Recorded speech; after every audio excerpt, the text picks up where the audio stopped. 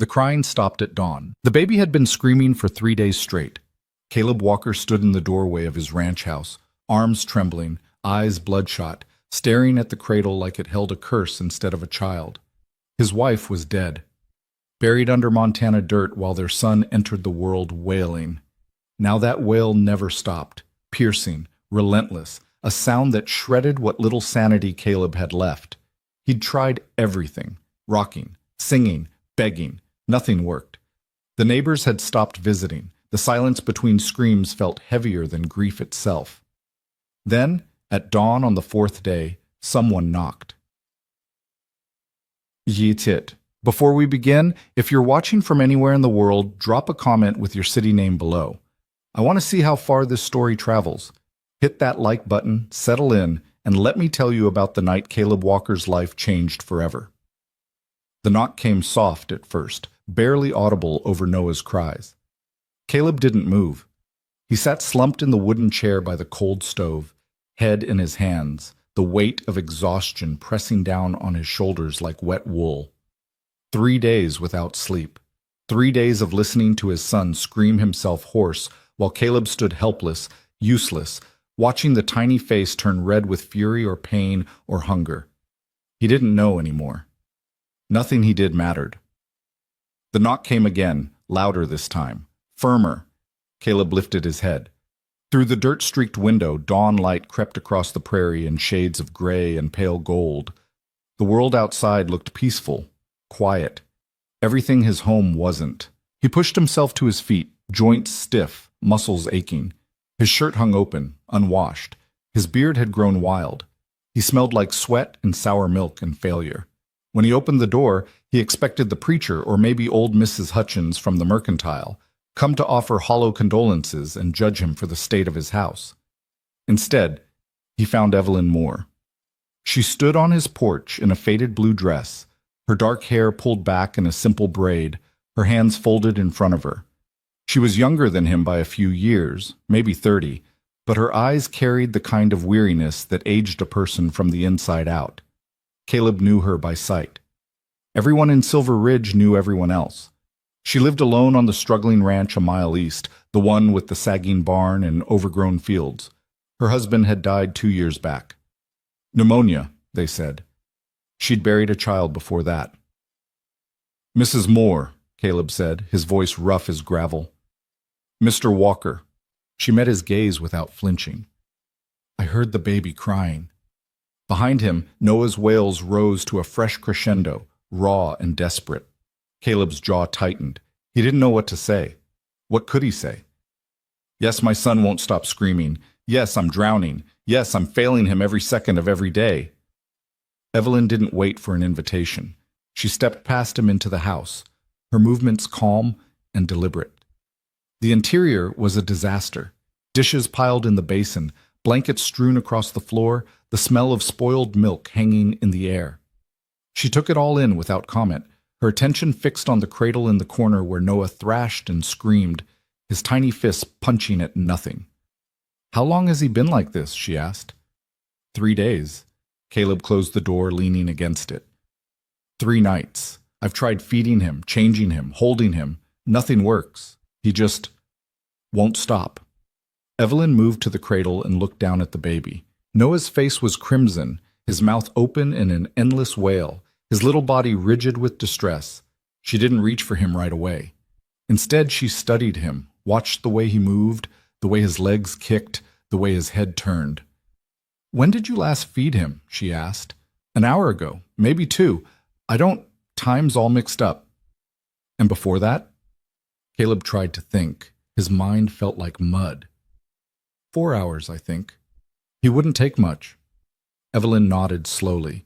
She reached into the cradle and lifted Noah with practiced ease, cradling him against her chest. The baby continued to scream, but she didn't flinch. She adjusted his position, supporting his head, angling his body so his legs could curl naturally. Then she began to move, a gentle rhythmic swaying that came from somewhere deep and instinctive. Shh, she murmured, her voice low and steady. Shh, now, little one. Caleb watched, too exhausted to feel hope. He'd tried holding Noah like that. It hadn't helped. Nothing helped. But Evelyn kept swaying. She hummed, a tuneless, wordless sound that seemed to rise and fall with her breathing. Her hand moved in slow circles on Noah's back. She didn't rush, didn't panic, didn't tense when the screaming continued. She just held him, patient and certain, as if she knew something Caleb didn't. Minutes passed. The crying didn't stop, but it changed, grew less frantic, more broken. Noah's fists unclenched, his legs relaxed. The rigid tension in his tiny body began to ease. Evelyn shifted him slightly, tucking him closer against her shoulder. "There we go," she whispered. "That's better. You're all right. You're safe." The screaming faded to sobbing, then whimpering. Then, impossibly, silence. Caleb stared. His chest tightened. He didn't move, didn't breathe, afraid that any sound might shatter whatever fragile peace had descended. Noah's eyes drifted closed. His breathing evened out. Within moments, he was asleep. Truly asleep. Not the fitful half-consciousness that had plagued him for days. Evelyn continued swaying for another minute, then carefully lowered herself into the rocking chair by the window. She kept Noah against her chest, one hand on his back, the other supporting his head.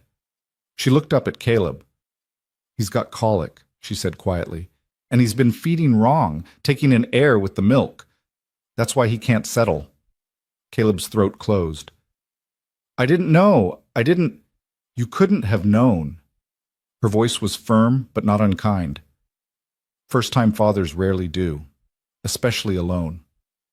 The word alone hung in the air between them. Caleb looked away, shame burning through his exhaustion. He should have figured it out, should have known what his son needed. What kind of father was he?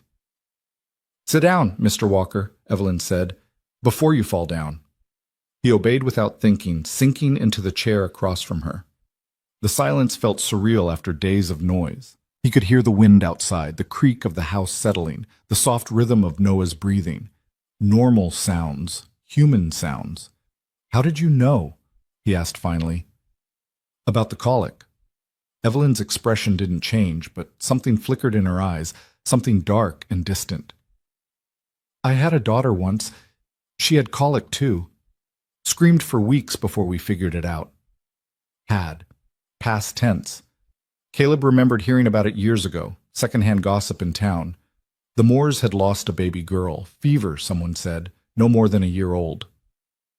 "I'm sorry," he said, the words inadequate. "So am I." She looked down at Noah, her thumb moving in gentle circles on his back. "But I learned what to listen for, how to hold them, how to help." They sat in silence for a long moment.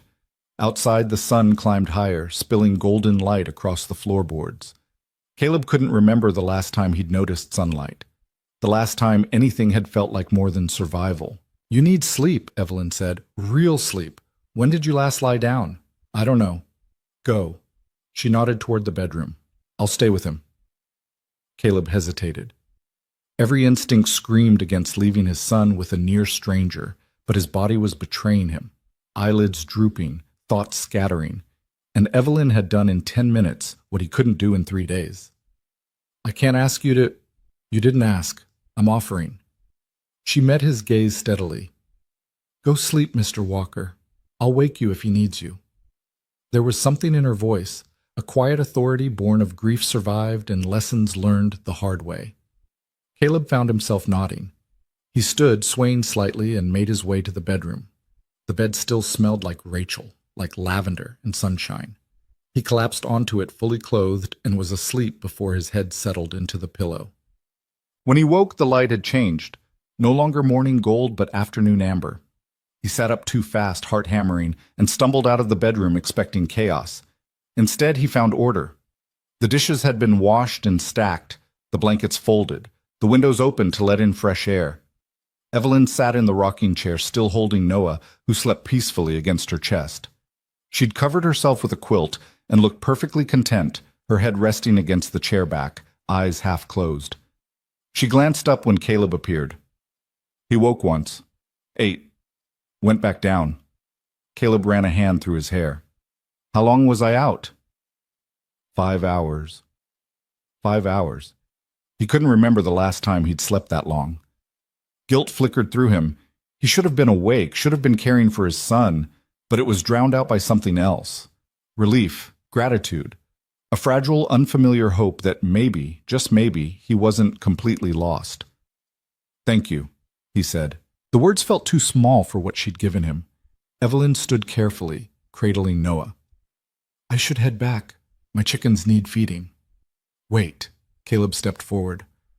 I don't know how to thank you properly. You didn't have to come here, didn't have to help." "I know." She moved to the cradle and laid Noah down with the same gentle precision she'd shown all day. The baby stirred but didn't wake. "But I remember what it's like. Being alone with a screaming child, wondering if you're doing everything wrong, wondering if you'll ever sleep again." She turned to face him, and in the amber light, Caleb saw her clearly for the first time, saw the lines of old grief carved into her features, the strength in her quiet bearing, the loneliness that mirrored his own. "If you need help," she said, "you know where I live." Then she was gone, slipping out the door before he could find more words. Caleb stood in the center of his transformed house, listening to his son breathe peacefully, and felt something crack open in his chest, something that had been frozen solid since the day Rachel died. That night, Noah woke twice. Both times Caleb remembered what Evelyn had shown him, the way to hold the baby, the rhythm of the swaying, the importance of patience. It wasn't perfect.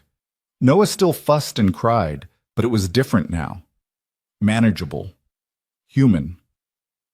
By the time dawn broke again, Caleb had slept in shifts and felt more clear-headed than he had in days. He fed Noah, changed him, and settled him in the cradle. Then he stood at the window, looking out across the prairie toward the east where Evelyn's ranch lay hidden beyond a rise of grassland. She'd saved him. Not just from one bad night, but from the spiral he'd been falling into. The dark certainty that he couldn't do this alone. That he'd fail his son the way he felt he'd failed his wife by not being able to save her. Evelyn had walked into his chaos without judgment and shown him that survival was possible. That he wasn't as lost as he'd believed. He needed to tell her that, needed to thank her properly. But more than that, and this thought unsettled him, he wanted to see her again. Wanted to hear that calm, steady voice. Wanted to not be alone in this house, with only grief and an infant for company. The feeling was new, dangerous. He pushed it aside. By mid-morning, he'd dressed and cleaned himself up properly for the first time since the funeral. He shaved, washed, put on a clean shirt. When he looked in the mirror, he saw someone who resembled the man he used to be, not the hollow-eyed ghost who'd haunted this house for days. Noah was asleep in the cradle. Caleb knew he shouldn't leave him, but the nearest neighbor, old Ben Tucker, was only a quarter-mile south. He wrapped Noah in a blanket, saddled his horse, and rode to the Tucker place. Ben's wife, Mary, met him at the door, her eyes widening at the sight of the baby. "Caleb Walker," she said. "Lord have mercy, we've been worried sick." "I need a favor," Caleb said. "Can you watch Noah for an hour, maybe 2?" Mary reached for the baby without hesitation. Of course. You go do what you need to do, son." Caleb handed over Noah, gave hasty instructions about feeding and rocking, and rode east before he could second-guess himself. Evelyn's ranch looked worse up close than from a distance. The fence posts leaned at drunken angles. The barn roof sagged in the middle. Weeds choked the vegetable garden, and the house itself, a small, weathered structure, seemed to hunker down against the wind as if bracing for collapse. Caleb dismounted and tied his horse to the fence. He'd expected to find Evelyn working, maybe tending animals or trying to mend something, but the yard was empty. He approached the house and knocked. No answer. He knocked again, louder. "Mrs. Moore?" Silence. Then, faintly, a sound from behind the house. Caleb followed it around the corner and found her in the chicken coop, scattering feed for a dozen scraggly hens. She looked up when she heard his footsteps, surprise crossing her face. "Mr. Walker, I wanted to thank you properly," he said, "for yesterday. You didn't have to do what you did, but you saved us. Saved me." Evelyn set down the feed bucket and brushed her hands on her apron. "You already thanked me." "Not enough." He took off his hat, turning it in his hands. "I was drowning, Mrs. Moore. Couldn't see a way forward. You showed me there was one." She studied him for a long moment, her expression unreadable. How's the baby today? Better? He slept. I slept. We're both still standing. That's good. An awkward silence settled between them. Caleb realized he hadn't thought past thanking her, hadn't planned what to say next. But standing here in her shabby yard, looking at this woman who'd walked into his life like an answer to a prayer he hadn't known how to voice, he found he didn't want to leave. Your ranch, he said finally. It's struggling. Evelyn's jaw tightened. I'm aware. I didn't mean... He stopped, regrouped. I'm a decent hand with repairs, carpentry. I could help. Pay you back for what you did. That's not necessary. Maybe not, but I'd like to. But she regarded him warily, and he saw the calculation in her eyes, pride warring with practicality. The barn roof was a disaster. The fence wouldn't last another winter. She needed help whether she wanted to admit it or not. I don't have money to pay you, she said. I'm not asking for money. Then what are you asking for? Caleb hesitated. What was he asking for? He wasn't entirely sure. Company, maybe? A reason to leave the house that didn't feel like running away. A chance to be useful to someone who'd been useful to him. Just let me help, he said. Please. Evelyn was quiet for a long time. The chickens clucked and scratched around her feet. The wind moved through the prairie grass with a sound like breathing. All right, she said finally. But only if you let me keep helping with Noah. I heard he's got colic. That doesn't just go away overnight. Relief washed through him, stronger than he'd expected. Deal. She almost smiled. Almost. You should bring him with you when you come. Be easier than leaving him with the Tuckers every time. You wouldn't mind? I offered, didn't I? This time Caleb did smile, a small, rusty thing that felt strange on his face. When should I start? Tomorrow, early. That barn roof won't fix itself. He nodded, settled his hat back on his head, and turned to go. But at the corner of the house, he paused and looked back. Evelyn was watching him, the feed bucket in her hands, her expression thoughtful. Mrs. Moore? He called. Yes? You didn't just help me yesterday. You reminded me what it feels like to not be alone. She didn't respond, but something shifted in her face. A softening. A recognition. She nodded once, then turned back to her chickens. Caleb rode home feeling lighter than he had in weeks. When he collected Noah from Mary Tucker, the baby was awake and calm, his blue eyes tracking movement with infant curiosity. Caleb held him against his chest and felt, for the first time since Rachel's death, like maybe he could actually do this. Maybe they'd be all right. That night, as he rocked Noah to sleep, Caleb found himself thinking about Evelyn, about the quiet strength in her hands, the grief she carried without complaint, the way she'd walked into his chaos and brought order. He thought about her struggling ranch and her lonely evenings, and the daughter she'd lost. He thought about how she'd said, I remember what it's like with such certainty, such weight, and he realized that what he felt wasn't just gratitude, it was recognition.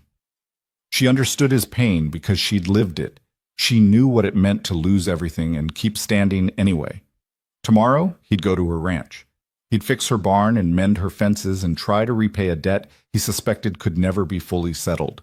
But more than that, he'd have a reason to see her again, to hear her voice, to not be alone. It was a small thing, fragile as new ice on a winter creek. But it was something. And after days of drowning in nothing, something felt like salvation. The next morning arrived cold and clear. Caleb woke before dawn, fed Noah, and packed a bag with tools and supplies. He bundled the baby in warm blankets and set out for Evelyn's ranch as the sun broke over the horizon. She was waiting when he arrived, dressed in work clothes, her hair tied back. She took Noah without a word and settled him in a makeshift bed she'd prepared inside the house. A wooden crate lined with quilts near the stove. He'll be warm here, she said, and I can check on him while you work. Caleb nodded, grateful and a little awed by her efficiency. He headed out to the barn and spent the morning tearing off rotten shingles and replacing them with new ones he'd brought from town. The work was hard, physical, the kind that left no room for thinking. His muscles ached in a good way. His hands remembered their purpose. At midday, Evelyn brought him water and bread. They sat on the porch steps, eating in companionable silence. Noah was asleep inside, visible through the open door. "You're good at this," Evelyn said, nodding toward the barn. "Built most of my ranch myself," Caleb replied. "Before Rachel, before everything." She didn't flinch at the mention of his dead wife. "It shows." They finished eating and Caleb returned to work. By late afternoon, the barn roof was half repaired, solid enough to last through the coming winter. He climbed down the ladder, sweating despite the cold, and found Evelyn in the yard hanging laundry. "I'll come back tomorrow," he said. "Finish the job." "You don't have to "I know, but I will." She looked at him then, really looked at him, and he saw something in her eyes he couldn't quite name. Caution, maybe. Or hope, or fear. "All right," she said softly. He collected Noah, who'd woken and been fed and seemed perfectly content, and rode home as the sun set.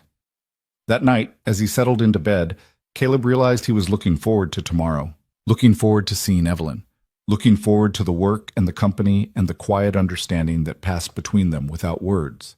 It scared him a little, but it also felt like waking up after a long, dark sleep. And for the first time since Rachel died, Caleb Walker allowed himself to believe that maybe, just maybe, life had more to offer than grief and survival. Maybe there was still room for something else, something like hope. The days that followed fell into a rhythm neither of them acknowledged, but both began to depend on.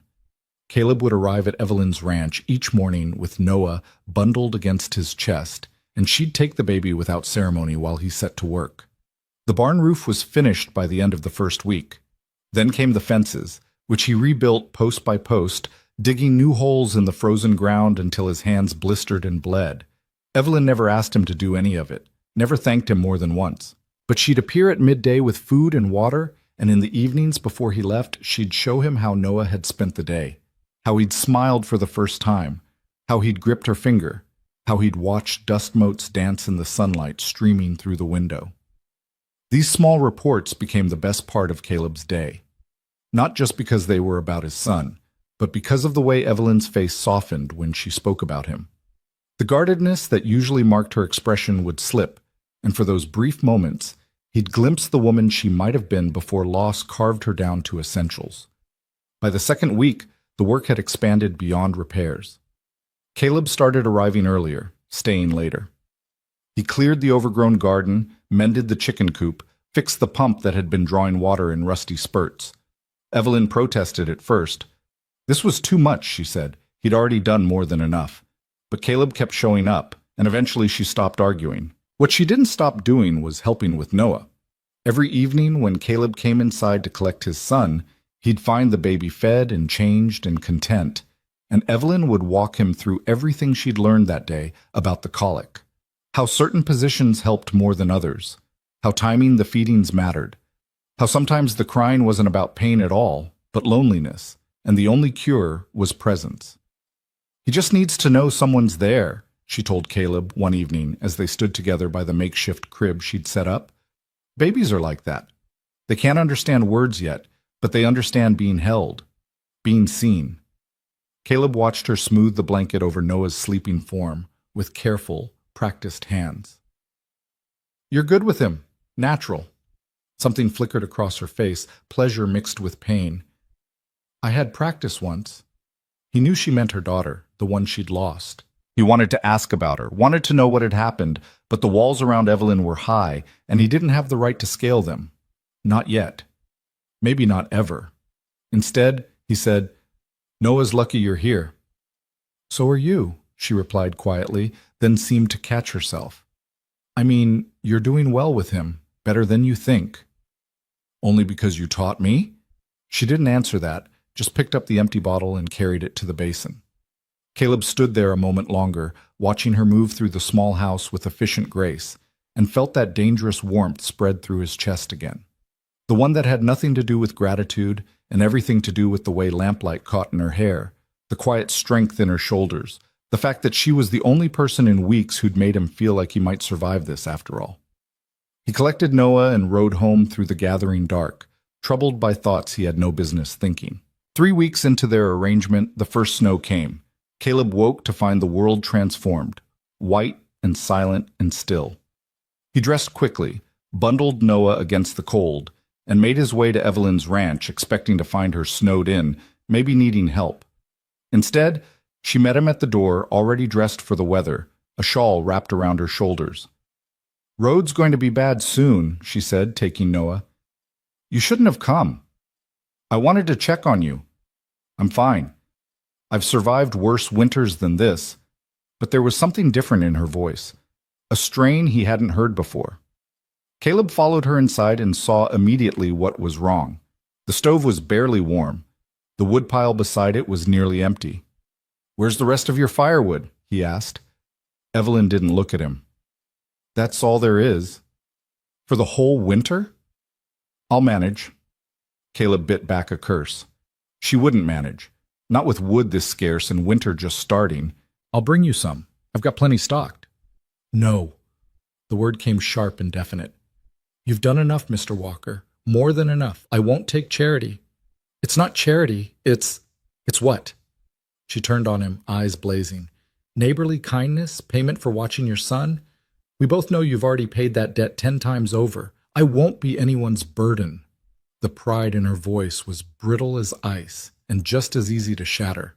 Caleb recognized it because he'd felt it himself in those first dark days after Rachel died. The desperate need to prove you could survive alone, even when alone was killing you. "Evelyn," he used her first name without thinking. "You're not a burden. He stopped. What was she? A friend felt too simple, a savior too dramatic, something else entirely that he didn't have words for yet. "I'm what?" she asked, her voice softer now but still guarded. "Important," he said finally.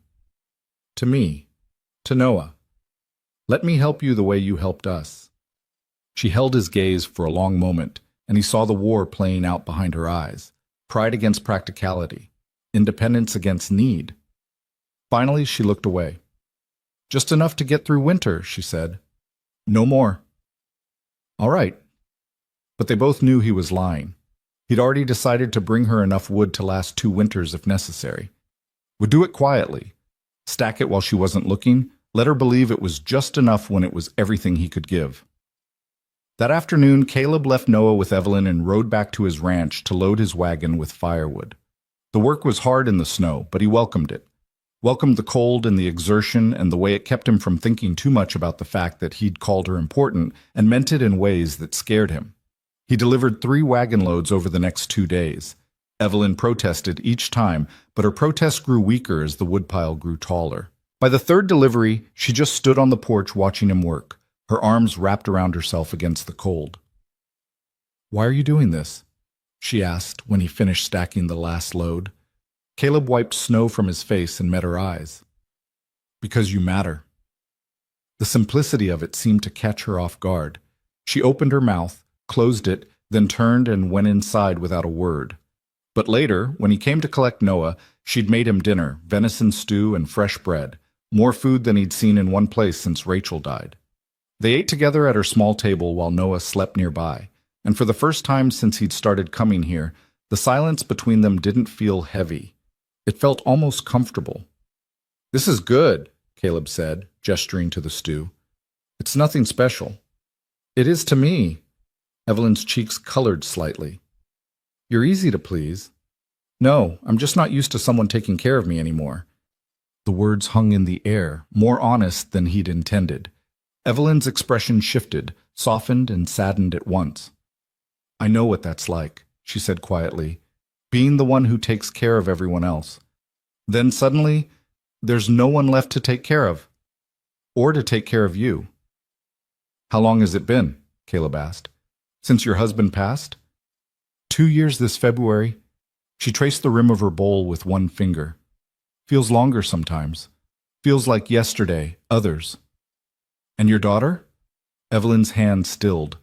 For a moment Caleb thought she wouldn't answer, that he'd pushed too far, but then she spoke, her voice barely above a whisper. 3 years. She was 8 months old. Got a fever we couldn't break. By the time the doctor came, she stopped, swallowed hard. It was too late. I'm sorry. Everyone's sorry. Sorry doesn't bring them back. There was no anger in her voice, just exhaustion. After she died, my husband, he couldn't look at me the same way, like I'd failed her somehow, failed him. Maybe I did. No. Caleb's response was immediate and fierce. Don't think that. You did everything you could. Did I? She finally looked up at him, and her eyes were bright with unshed tears. I held her while she burned up with fever, and I couldn't save her. What kind of mother can't save her own child? The human kind. Caleb reached across the table and covered her hand with his. The contact was electric, unexpected. Neither of them moved. You can't control fever any more than I could control what happened to Rachel. We're not made that way. We just have to survive what comes and try not to break. Evelyn stared at their joined hands. Is that what you think we're doing? Surviving? I used to think that's all there was, before you knocked on my door. And now? Now I think maybe there's a little more. Maybe there's this. He squeezed her hand gently. Two people who understand what it means to lose everything, helping each other remember what it means to keep living. A tear slipped down Evelyn's cheek. She didn't wipe it away. I haven't talked about her in 2 years. About Mary. Her name was Mary. That's a good name. She would have been 3 this spring. Would have been running around, getting into everything. Evelyn's voice broke. I still hear her sometimes, late at night, crying for me. Caleb's throat tightened. I hear Rachel sometimes too, singing. She used to sing while she cooked. They sat there in the lamplight, hands still joined across the table, sharing their ghosts. It should have felt wrong. Caleb barely knew this woman, had no right to this kind of intimacy. But it didn't feel wrong. It felt like something breaking open inside him, something frozen, finally beginning to thaw. Eventually, Evelyn withdrew her hand and wiped her eyes. I should clean up. Let me help. They worked together in comfortable silence, washing dishes and banking the fire. Noah stirred once, and Evelyn went to him automatically, soothing him back to sleep with practiced ease. Watching her, Caleb felt something shift in his chest, a recognition that went deeper than gratitude or respect. He was falling for her. Had been falling for her since that first morning when she'd walked into his chaos and brought peace, maybe even because of it. The realization terrified him. Rachel had only been gone 2 months. 2 months. What kind of man moved on so quickly? What kind of husband? But even as guilt gnawed at him, he couldn't deny the truth. This thing growing between him and Evelyn, whatever it was, felt real in a way nothing had felt since Rachel's death. Not a replacement for what he'd lost, but something new. Something neither of them had been looking for, but both desperately needed. When it was time to leave, Caleb bundled Noah against the cold and turned to Evelyn at the door.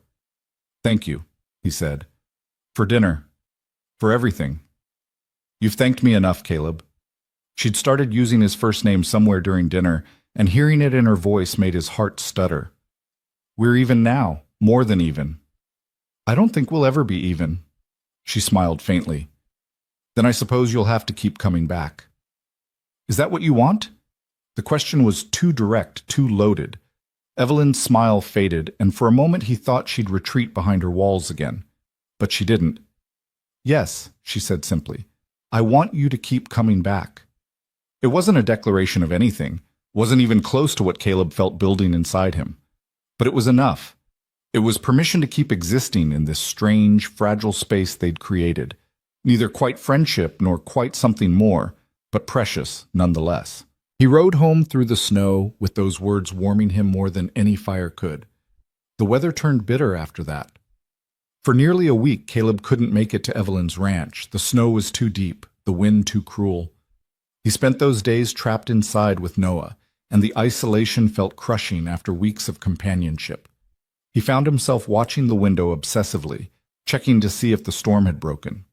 Wondering if Evelyn was all right, if she had enough food, enough wood, if she missed them the way he missed her. When the weather finally cleared, he was at her door before dawn. She opened it looking haggard, her face pale and drawn. For a terrible moment he thought something was wrong, that she was sick or hurt. Then she saw Noah in his arms, and her whole expression transformed. Thank God, she breathed. I thought I was worried the cold had... She stopped, seeming to realize what she was admitting. Come inside, both of you. The house was warm, the fire burning bright. She'd clearly been burning through the wood he'd brought, but there was still plenty stacked outside. Caleb handed Noah over and watched relief wash across Evelyn's features as she held the baby close. I missed him, she said softly. He missed you too. Fussed more this week than he has in weeks. Think he got used to you being around. Just him? The question was so quiet Caleb almost missed it. He met her eyes and saw vulnerability there, naked and unguarded. No, he admitted, not just him. Something passed between them in that moment, an acknowledgement of what had been building for weeks. Neither of them named it, but it was there nonetheless, shimmering in the air like heat haze. Evelyn looked away first. I should feed him. And you must be frozen. I'll make coffee. They settled into the familiar routine, but it felt different now, charged. Every accidental touch as they moved around each other sent sparks through Caleb's nerve endings. Every shared glance carried weight. By mid-morning, Noah was asleep and Caleb had run out of work to do. The ranch was in better shape than it had been in years. Fences mended, roof repaired, wood stocked.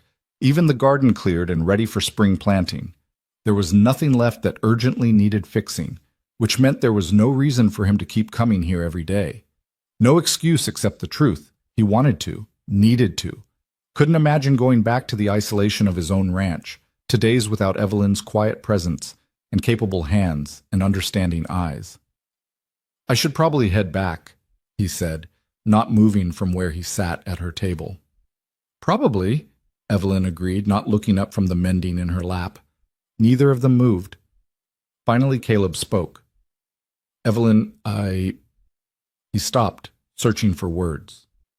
These past weeks, coming here, seeing you, it's been... I know. She set down her mending and faced him. For me too. Rachel's only been gone 2 months. I shouldn't be feeling... I don't have the right to... To what? Her voice was gentle, not accusing. To keep living, to find comfort where it's offered, to be human? It feels like betrayal. Does it? Or does it feel like survival? She leaned forward, her expression intense. I asked myself the same questions after Thomas died. Wondered if I was dishonoring his memory by not drowning in grief forever, by daring to laugh again, by waking up some mornings and forgetting, just for a moment, that he was gone. What did you decide? That grief and guilt make terrible companions, that the people we lost wouldn't want us to stop living just because they did. She paused. Rachel wouldn't want you to be miserable forever, Caleb. She'd want you to take care of Noah, take care of yourself, find whatever happiness you can. Is that what this is? Happiness? I don't know what this is. Evelyn's voice dropped to barely a whisper. But it's something. And I haven't felt something, anything, in so long that I'm afraid to look at it too closely, afraid it'll disappear. Caleb understood that fear intimately. For weeks now, he'd been terrified that one morning he'd wake up and this fragile thing between them would be gone, that Evelyn would realize she didn't need him anymore, or that the town would notice how much time they spent together and make it ugly with gossip. The town's going to talk, he said, if they haven't already. Evelyn's expression hardened. Let them talk. They already think I'm a dried-up widow living on a failing ranch. What's one more thing for them to whisper about? It's different for you, for women. They'll say I'm desperate, improper, a woman of loose morals who's seduced a grieving widower. Her voice was bitter. I know what they'll say, Caleb. I've heard it all before. Before? She looked away. After Thomas died, and I didn't sell the ranch and move back east like a proper widow should, when I kept running it myself instead of finding another husband or throwing myself on the mercy of relatives. They said I was stubborn, unnatural, that I thought I was too good for the help people offered. Were you? I was scared, she said simply. Scared that if I let go of the ranch, the last thing Thomas and I built together, I'd have nothing left, that I'd disappear completely. Caleb thought about his own ranch, the home he'd built with Rachel, the way he'd clung to it after she died because it was all he had left of the life they'd planned. He understood exactly what Evelyn meant. "You haven't disappeared," he said. "You're right here." "Am I?" She met his eyes. "Some days I'm not sure. Some days I feel like a ghost haunting my own life." "I know that feeling too." They looked at each other across the small table, two people who'd been hollowed out by loss and were only now beginning to remember what it meant to be solid again. To be real. Caleb reached for her hand. This time she didn't pull away. Her fingers curled around his, warm and certain. "I don't know what happens next," he said. "Don't know if this is right or wrong or something in between. But I know I don't want to stop coming here. Don't want to stop seeing you. Even when the work's done? When there's no excuse?" "Especially then." Evelyn's eyes glistened. "People will talk, Caleb. They'll make it ugly." "Then let them. I've spent 2 months caring what people think, trying to grieve the right way and be the right kind of father and not burden anyone with my pain. I'm tired of it. I'm tired of being alone." "So am I." The admission seemed to cost her something. "God help me, I'm so tired of being alone." They sat there holding hands while Noah slept, and the fire crackled, and outside the snow-covered prairie stretched away in every direction, endless and white and silent. Inside that small house, something was beginning that neither of them had planned or expected. Something that felt like hope wrapped in fear, wrapped in desperate, aching need. Caleb didn't know if it would last. Didn't know if the town's judgment would crush it before it had a chance to grow. Didn't know if he even deserved to feel this way about someone who wasn't Rachel. But he knew he couldn't walk away. Not from this. Not from her. When he finally left that evening, it was with the understanding that tomorrow he'd be back. And the day after. And the day after that. Not because Evelyn needed his labor, but because they needed each other in ways that went far deeper than fixing fences or soothing babies. They needed to not be ghosts anymore. Needed to be real and solid and alive. And whatever the cost of that might be, Caleb was willing to pay it. The whispers started on a Tuesday morning in late January when Martha Henley saw Caleb's wagon parked outside Evelyn's ranch for the third day in a row. By Wednesday afternoon, the entire town of Silver Ridge knew that the widower Walker was spending an unseemly amount of time with the widow Moore, and by Thursday evening, the gossip had grown teeth. Caleb first heard it at the mercantile. He'd come in to buy supplies, Noah sleeping against his chest in a sling Evelyn had sewn from old fabric. The store went quiet when he entered, conversations dying mid-sentence. Mrs. Hutchins served him with pursed lips and disapproving eyes, and when he asked for extra sugar, she said in a voice loud enough for everyone to hear, "Planning something sweet, Mr. Walker? Or should I say, for someone sweet?" The other women in the store tittered. Caleb's jaw tightened, but he kept his voice level. "Just sugar, ma'am, that's all." "Of course, though I do wonder what Mrs. Moore needs with so much of your attention these days. Her ranch must be the finest in the territory by now, all the work you've been doing." "Just being neighborly." "Neighborly." Mrs. Hutchins repeated the word like it tasted foul. "That's one word for it, I suppose." Caleb paid for his supplies and left without another word, fury burning hot beneath his ribs. He should have expected this. Small towns thrived on gossip, and two widowed people spending time together was prime fodder, but knowing it was coming didn't make it easier to stomach. He didn't tell Evelyn about the mercantile, didn't want to burden her with the ugliness he'd heard. But 2 days later, she brought it up herself. "I went to town yesterday," she said quietly as they sat at her table, Noah playing on a blanket between them, "to sell eggs." Caleb looked up from his coffee. Her face was pale, her hands clenched together. "Mrs. Abernathy made a point of asking how I was managing alone out here. Said it must be terribly lonely without a husband to protect me." Evelyn's voice was flat, emotionless. Then she said how fortunate I was to have such an attentive neighbor, how generous you've been with your time. Evelyn, she wasn't being kind, Caleb. She was making sure everyone in earshot knew that you've been here, that we've been, whatever it is people think we've been doing. We haven't done anything wrong. Haven't we? She finally met his eyes, and he saw fear there. Not of him, but of what they represented to a town that thrived on judgment. We're two unmarried people spending hours alone together every day. In the eyes of Silver Ridge, that's already wrong. Then Silver Ridge can go to hell. Easy for you to say. You're a man, a widower with a child who needs care. People will forgive you anything. Her voice cracked. But me? I'm a woman alone. I don't have the luxury of not caring what people think.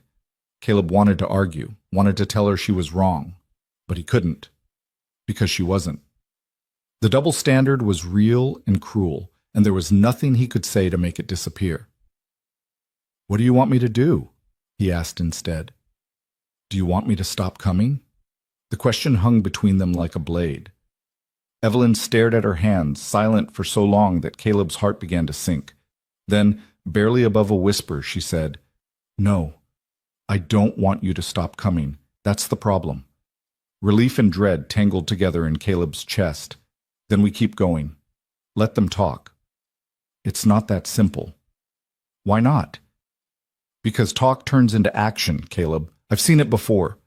Women who were ostracized, driven out of town for less than what people think we're doing. I can't afford that. If the ranchers won't buy my eggs, if the mercantile won't sell me supplies, if the church turns its back on me, she stopped, breathing hard. I'll lose everything. I won't let that happen. You can't stop it. Nobody can. Caleb reached across the table and took her hands. Then we make it so they can't talk. We make it proper.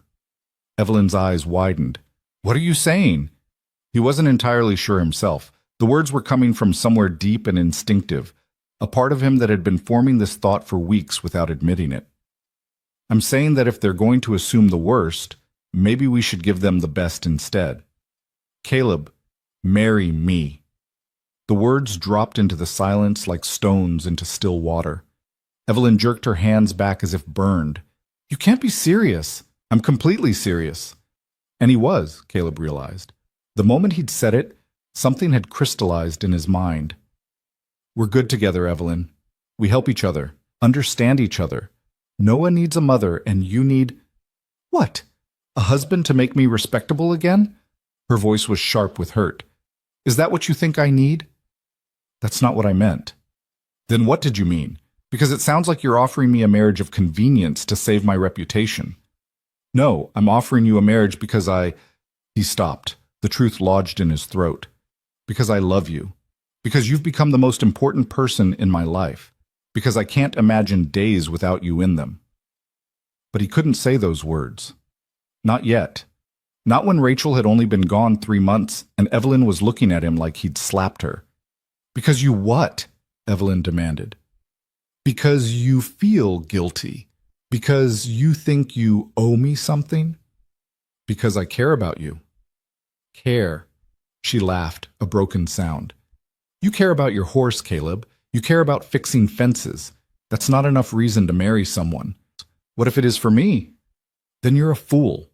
Evelyn stood abruptly, pacing to the window. You're still grieving Rachel. You said yourself it feels like betrayal just to have feelings for someone else. And now you want to marry me? To make me your wife? How long before you resent me for not being her? The accusation stung because part of it was true. Part of him was still tangled up in grief and guilt. But another part, a growing part, belonged entirely to Evelyn. I won't resent you, he said. I could never resent you. You don't know that. Neither of us knows that. She turned from the window, her face streaked with tears. I won't be your second choice, Caleb. Won't be the woman you settled for because the town forced your hand. I've had enough of being someone's burden. You're not a burden. You've never been a burden. Then what am I? The question demanded honesty, complete, terrifying honesty. Caleb stood and crossed to her, close enough to see the fear and longing warring in her eyes. You're the person who saved me when I was drowning, he said quietly. The person who taught me I could be a father, who showed me that life after loss doesn't have to be just survival. You're smart and strong and kind, and being around you makes me want to be better. Makes me feel like maybe I can be. Evelyn's breath hitched. Caleb, I know it's fast. I know the timing is wrong. I know I'm still carrying grief for Rachel and probably will be for years. But what I feel for you, it's real, Evelyn. It's not gratitude or convenience or trying to make the town happy. It's real. How can you be sure? Because when I'm with you, I don't feel like a ghost anymore. I feel alive. A tear slid down her cheek. I'm scared. So am I. What if we're making a mistake?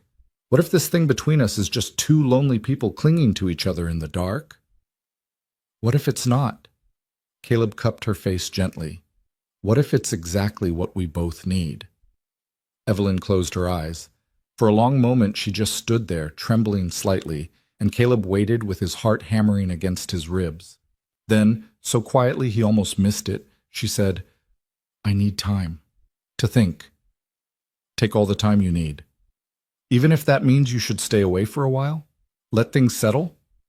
The suggestion felt like a knife between his ribs, but Caleb forced himself to nod. If that's what you want. It's not what I want. She opened her eyes, and the pain in them mirrored his own. But it might be what we need. He wanted to argue. Wanted to tell her that staying away wouldn't change anything, wouldn't make the town stop talking or his feelings disappear. But he could see the fear in her face, the weight of too many losses and too much judgment, and he couldn't add to it. All right, he said. I'll stay away. But Evelyn, I meant what I said. All of it. She nodded, not trusting herself to speak. Caleb collected Noah, who'd fallen asleep on the blanket, and left without looking back. If he had, he wasn't sure he'd have the strength to keep walking. The next 3 days were the longest of Caleb's life. He stayed home with Noah, trying to establish a routine that didn't include Evelyn. The baby fussed more without her, and so did Caleb, though he'd never admit it. The house felt too quiet, too empty. He kept catching himself planning things to tell her, only to remember she wasn't there. On the 4th day, he broke. He had to know she was all right, had to see her even if just from a distance. He rode out to her ranch at dusk, planning to just check on her from the road. But when he got close enough to see the house, he found 3 horses tied out front, horses he recognized from town. Dread pooled in his stomach. He dismounted and approached quietly, staying out of sight. Through the window, he could see Evelyn standing in her parlor, arms wrapped around herself. Across from her stood Mayor Pritchard, his wife Helen, and Reverend Matthews. Their faces were stern, judgmental. The mayor was talking, gesturing sharply, and though Caleb couldn't hear the words, he could read the tenor of the conversation in Evelyn's hunched shoulders and pale face. They were here to condemn her, to tell her she'd brought shame on herself and the town, to demand she stop associating with Caleb or face consequences. Fury erupted in Caleb's chest, white-hot and righteous. He was striding toward the door before conscious thought caught up with action. He didn't knock, just walked in like he had every right to be there. All 4 people turned to stare at him. Evelyn's eyes went wide with shock and something that might have been relief. Mr. Walker, Mayor Pritchard said coldly. This is a private conversation. Anything you have to say to Mrs. Moore, you can say in front of me. I don't think that's appropriate, given that you're part of the problem we're addressing. What problem is that exactly? The mayor's face reddened. The problem of impropriety, of a widowed woman conducting herself in a manner unbefitting her station, of behavior that brings shame upon this community. Shame, Caleb repeated the word slowly, letting it hang in the air. You think Mrs. Moore helping care for a motherless infant brings shame? We think, Helen Pritchard interjected with acid sweetness, that spending unchaperoned hours alone with a man brings shame. Surely you understand the appearance of such behavior. I understand that Evelyn saved my son's life when he was sick and I was too exhausted to think straight. I understand that she's shown more Christian charity than anyone else in this town. What I don't understand is why that's being twisted into something ugly. Reverend Matthews stepped forward, his expression pitying in a way that made Caleb's skin crawl. Mr. Walker, we know you're still grieving, that you perhaps haven't been thinking clearly since your wife's passing. But Mrs. Moore should know better. She's a grown woman who understands the standards of decent society.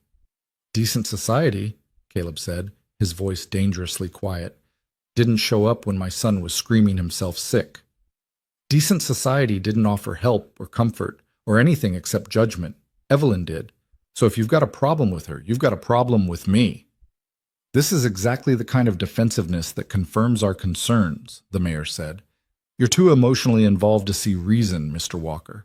That's why we came to speak to Mrs. Moore directly, to help her understand. Help her understand what? That she should be ashamed of being kind? That helping a neighbor is somehow improper? Caleb looked at Evelyn, who stood frozen, her eyes glassy with unshed tears. Tell them to leave. Mr. Walker, the Reverend said sternly, you're making this worse. I don't care. Caleb turned back to the three visitors. You want to judge someone? Judge me. I'm the one who kept coming here day after day. I'm the one who couldn't stand the thought of being alone. Evelyn was just being decent to a man in need, and if that's a crime in Silver Ridge, then this town is more broken than I thought. How dare you?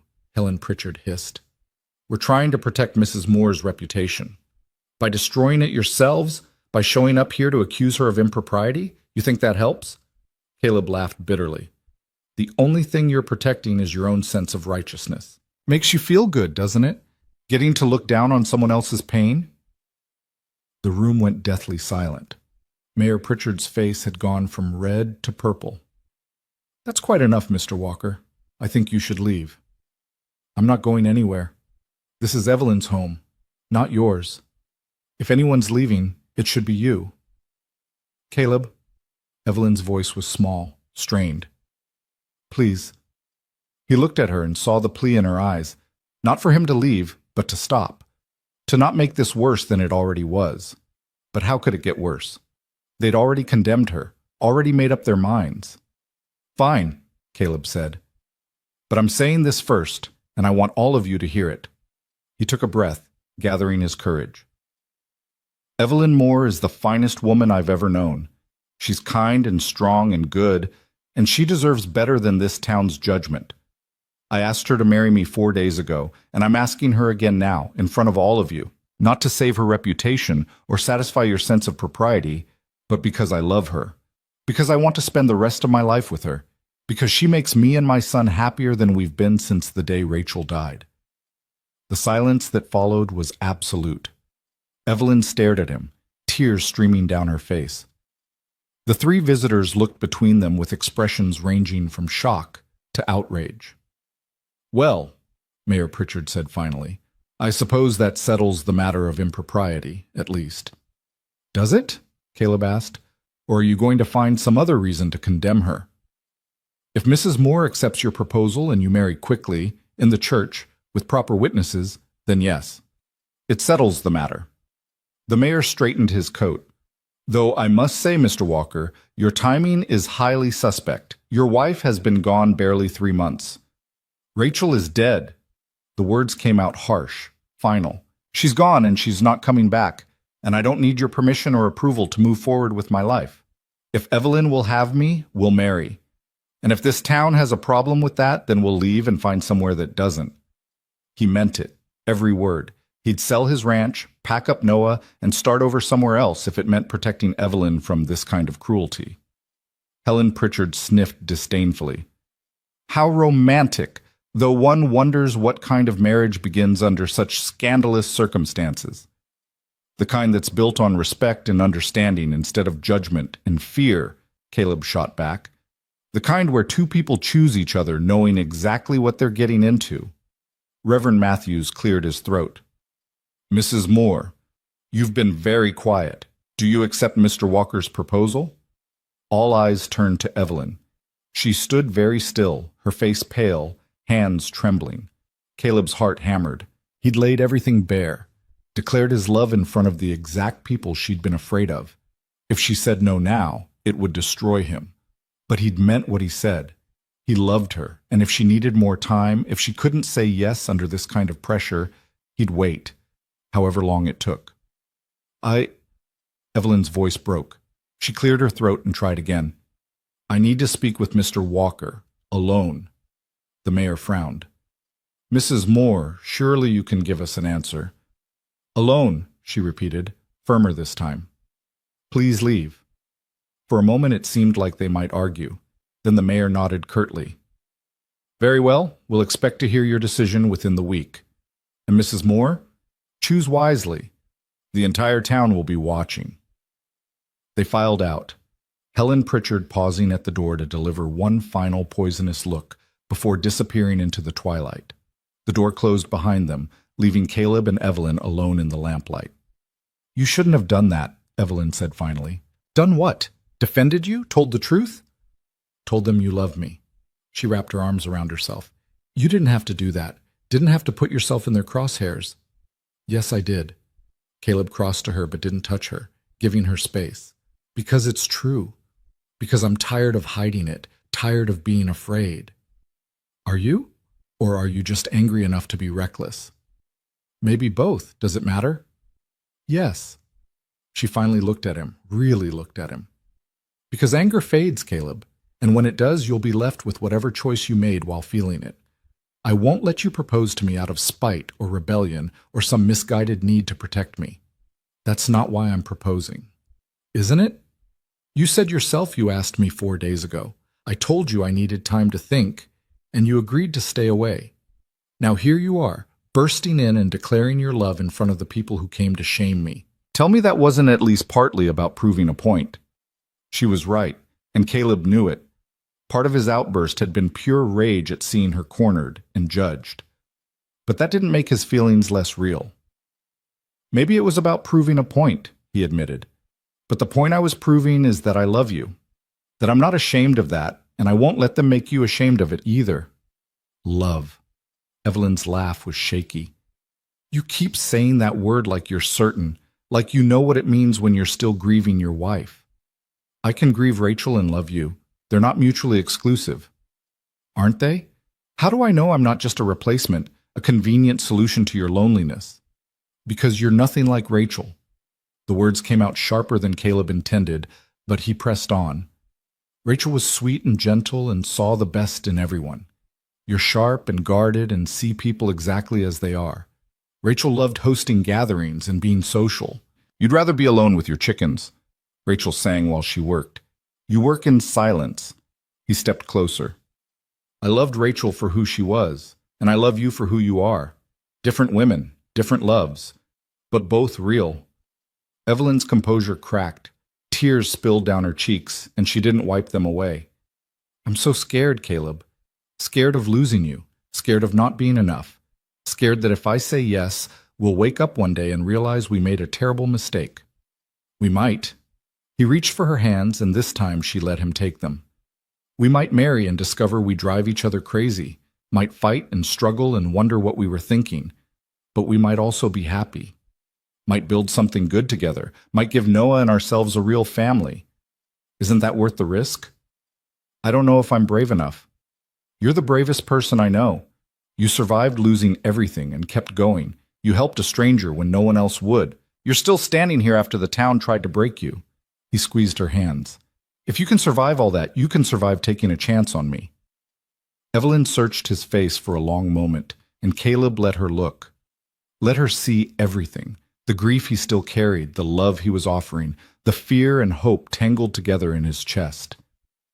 If I say yes, she whispered, if I marry you, I need to know it's not just about saving face or satisfying the town. I need to know you're choosing me. I am choosing you. I have been choosing you every day for weeks.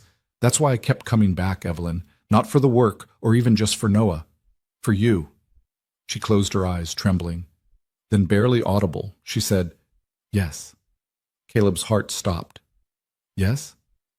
Yes, I'll marry you.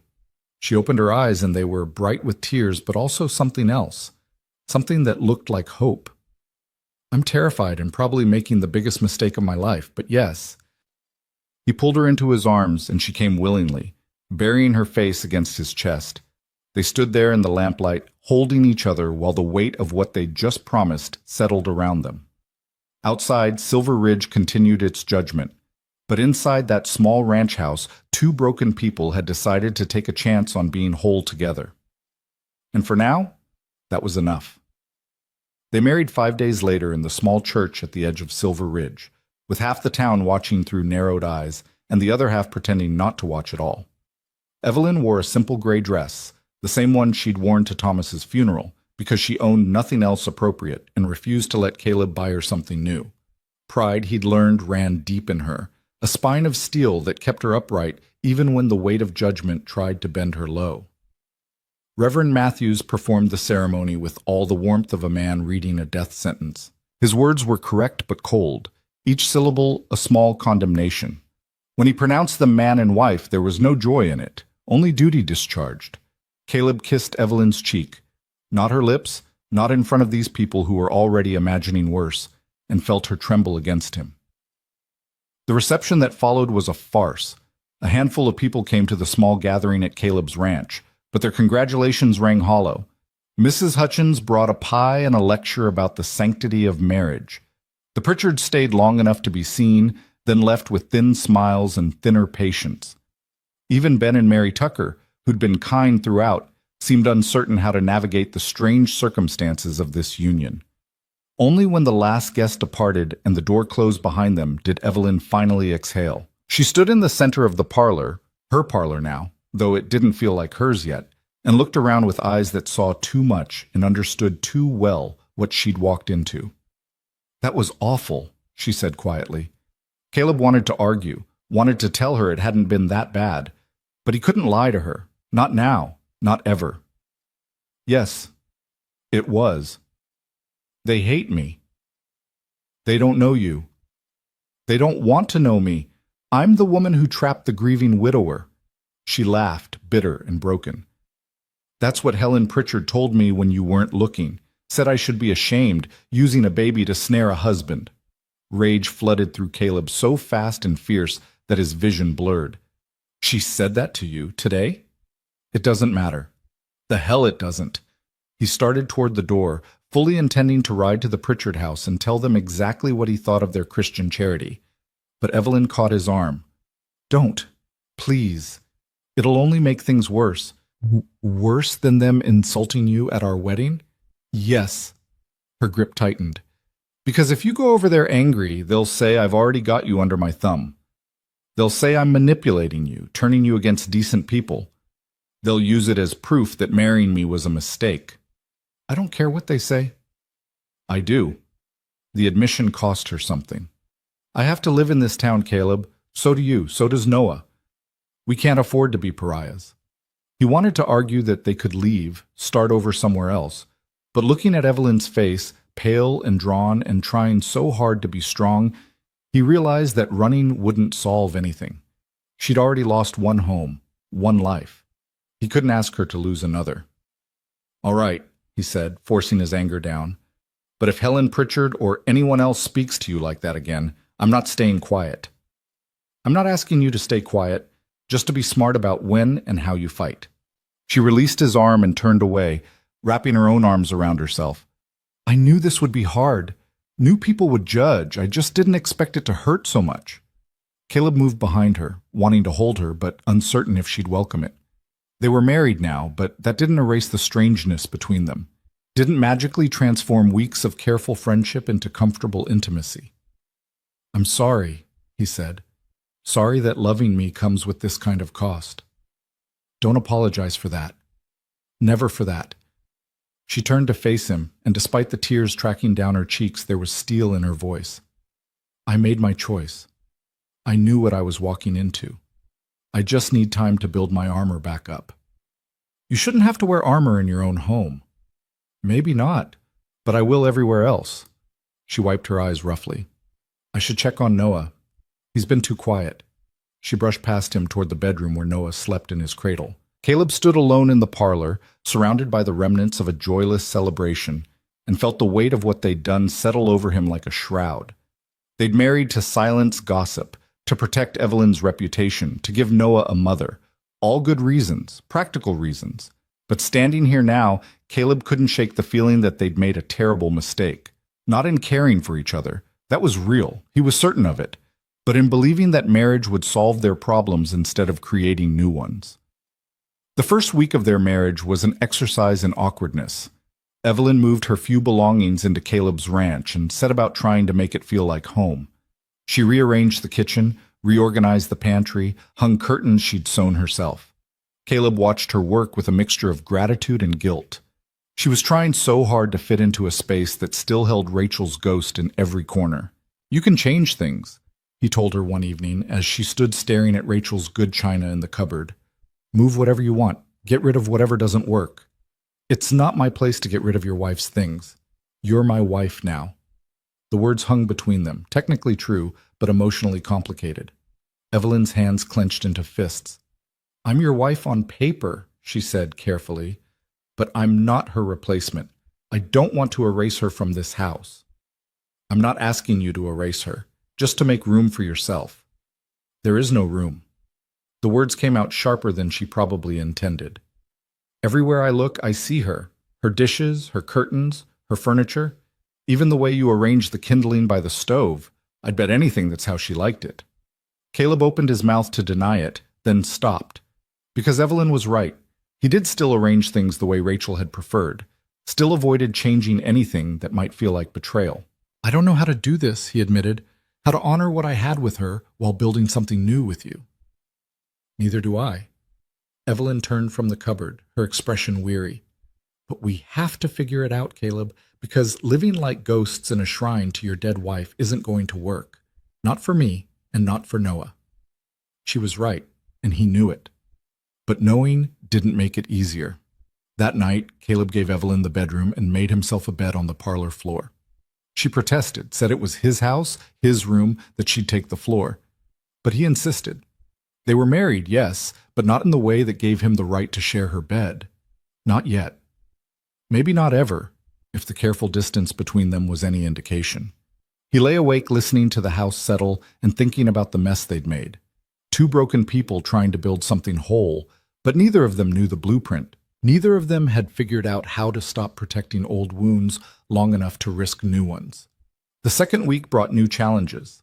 Noah, who'd been so content with Evelyn at her ranch, grew fussy and difficult in the new arrangement. He cried more, slept less, seemed to sense the tension between the adults. Evelyn tried everything she'd done before, the rocking, the humming, the patient presence, but nothing worked as well as it had. "He knows something's wrong," she said one night after hours of trying to soothe him. "Babies are sensitive to that." "Nothing's wrong." "Don't lie to him, or to me." She handed Noah to Caleb, exhaustion clear in every line of her body. "We're barely speaking to each other except about necessities. We move around this house like strangers. That's wrong, Caleb, and he feels it." "What do you want me to do, pretend everything's perfect?" "I want you to try." Her voice cracked. "I want you to stop treating me like a guest in your home and start treating me like your wife. You said you didn't want to replace Rachel." "I don't, but I also don't want to be invisible." She sank into the rocking chair, her head in her hands.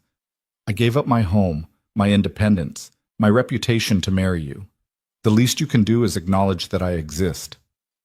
The accusation hit like a physical blow. Caleb looked down at Noah, who'd finally quieted against his chest, and realized Evelyn was right. He had been treating her like a ghost, had been so afraid of betraying Rachel's memory that he'd failed to make room for the living woman who'd sacrificed everything to be here. "I'm sorry," he said quietly. "You're right. I've been a coward. I don't want an apology. I want a partner." She looked up at him, her eyes red-rimmed. "I want to feel like we're in this together instead of occupying the same space while leading separate lives." "Tell me how. Tell me what you need." I need you to talk to me. Really talk, not just practical discussions about supplies and chores. I need you to let me help you with Noah instead of only accepting my help when you're desperate. I need—" She stopped, swallowed hard. "I need to feel like you chose me because you wanted me, not because I was convenient. I did choose you. I do want you." "Then show me." The plea in her voice broke something open in Caleb's chest. "Because right now it feels like I'm living with a man who regrets marrying me but is too polite to say so." "I don't regret it." "Prove it." The challenge hung between them. Caleb settled Noah in his cradle, then crossed to where Evelyn sat. He knelt in front of her chair and took her hands. "I'm scared," he admitted. "Scared of forgetting Rachel. Scared of moving on too fast. Scared that if I let myself fully love you, it means I didn't love her enough. That's not how love works. I know. In my head, I know. But my heart—" He pressed her hand against his chest. "My heart is still tangled up in grief and guilt, and I don't know how to unknot it." Evelyn's eyes filled with tears. "I'm scared too. Scared you'll wake up one day and realize you married a bitter, broken woman who can't give you what Rachel did. Scared I'll never be enough. You are enough. You've always been enough. Then why does it feel like we're both holding back? Like we're afraid to actually be married? Because they were. Caleb could admit that now. They'd stood in front of witnesses and made vows, but neither of them had fully committed to the reality of what those vows meant. They were two wounded people sharing a house, not a husband and wife building a life. I don't want to hold back anymore, Caleb said. I want to try, really try. Will you try with me? Evelyn studied his face for a long moment. Then, slowly, she nodded. Yes, but Caleb, if we do this, if we really commit to making this marriage work, you have to let go of some of what you're carrying. You have to make space for me in your life, not just your home. I will, I promise. And I need to stop comparing myself to her. Stop assuming I'm second best. She wiped her eyes. We both need to forgive ourselves for surviving. The truth of that statement resonated through Caleb like a bell. They were both carrying guilt for being alive when their first spouses weren't, for finding comfort in each other, for daring to want happiness again. How do we do that? He asked. I don't know. One day at a time, I guess. She managed a weak smile. Starting with you sleeping in an actual bed instead of the floor. Evelyn, I'm not asking you to. We don't have to. She stopped, flustered. I just mean that you don't have to punish yourself by sleeping on the floor. The bed is big enough for both of us. We can figure out the rest as we go. It was a small thing, but it felt monumental. A step toward being actually married instead of just legally bound. Caleb nodded, his throat tight. That night they lay in bed with careful space between them, both staring at the ceiling in the dark. Noah slept peacefully in his cradle for the first time in days, as if he could sense that something had shifted. Caleb? Evelyn's voice was soft in the darkness. Yeah? Thank you for being honest with me. I should have been honest sooner. We both should have been. She shifted slightly, and her hand found his in the space between them. But we're being honest now, that's what matters.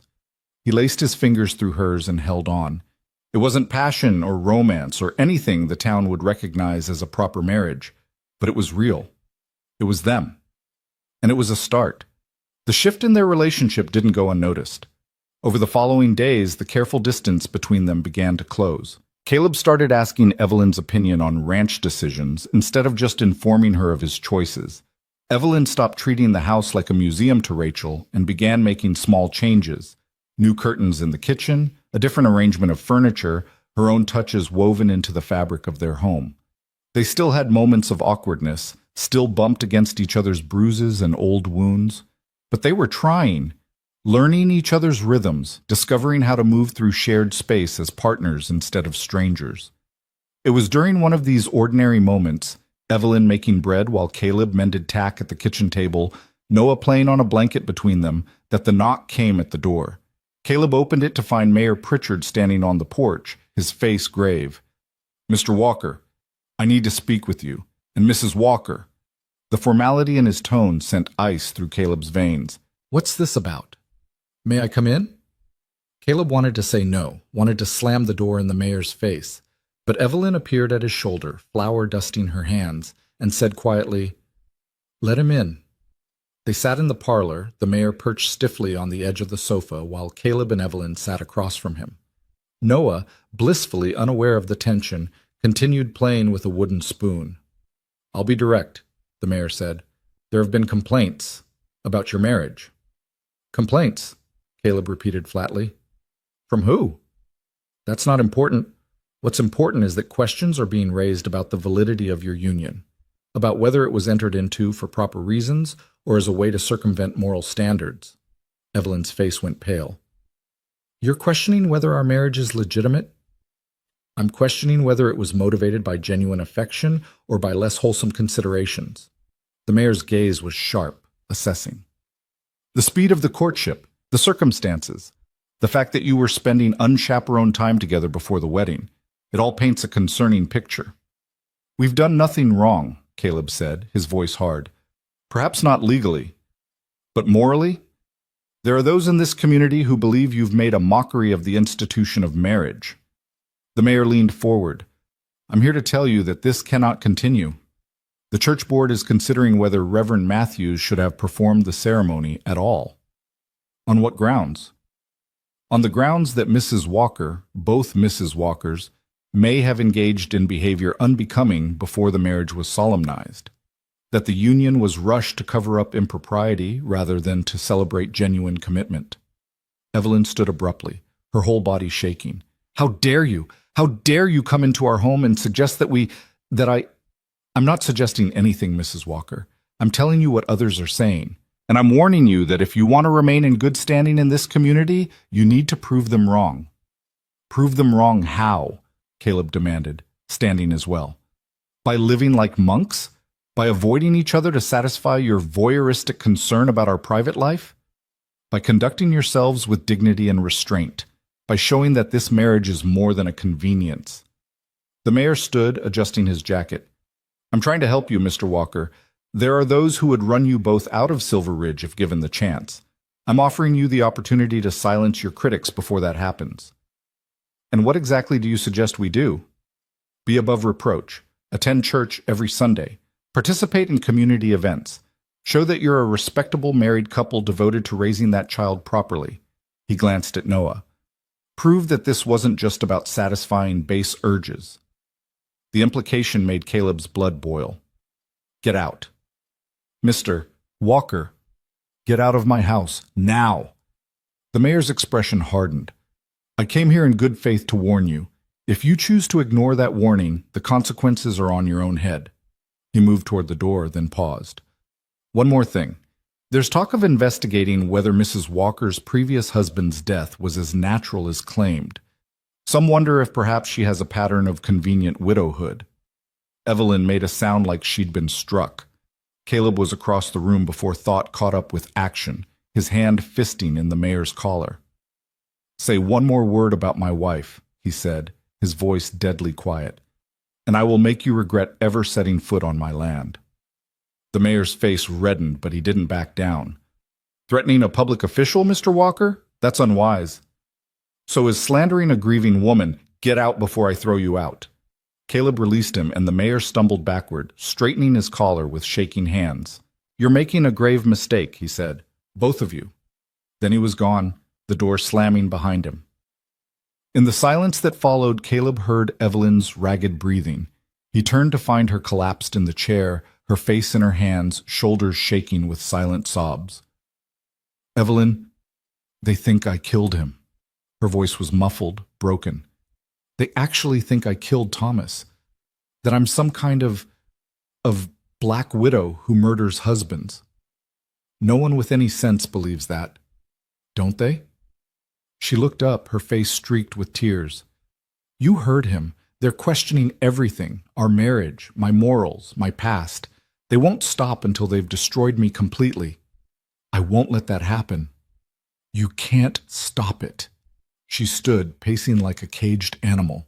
This is what they do, Caleb. Small towns, small minds. They find someone to blame, someone to tear down, and they don't stop until there's nothing left. Then we fight back. How? By defending ourselves to people who've already made up their minds? By trying to prove we're good enough for their approval? She laughed bitterly. I won't beg for acceptance from people who think I'm a murderer. What do you want to do? I don't know. She wrapped her arms around herself. Leave, maybe. Find somewhere that doesn't know our history. Start over. Is that what you really want? To run? I want to stop feeling like I'm on trial every time I step outside this house. I want to stop seeing judgment in every face. I want... Her voice broke. I want what we can't have. Peace, acceptance, a life that isn't defined by other people's cruelty. Caleb crossed to her and pulled her into his arms. This time she didn't resist, just buried her face against his chest and cried. He held her while Noah babbled to himself, and the afternoon light slanted through the windows, and outside, Silver Ridge continued its slow crucifixion of anyone who dared to be different. We're not running, Caleb said into her hair, and we're not begging. We're going to hold our heads up and live our lives, and if this town doesn't like it, that's their problem. Easy to say. I know, but I mean it, Evelyn. I'm done caring what they think. I married you because I love you, and that's the only truth that matters. She pulled back to look at him, her eyes searching his face. You really mean that? Every word. He cupped her face, wiping tears away with his thumbs. I love you. Not as a replacement for Rachel, not as a convenient solution. You, exactly as you are. And I'll spend the rest of my life proving it if that's what it takes. Fresh tears spilled down her cheeks, but these were different. Not tears of despair, but of something like hope. I love you too, she whispered.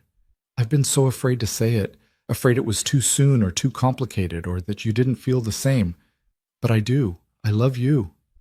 The words hung between them like a benediction. Then Caleb kissed her, really kissed her, not the chaste peck at their wedding, but something deeper and more honest. A claiming and a promise and an acknowledgement of everything they'd been dancing around for weeks.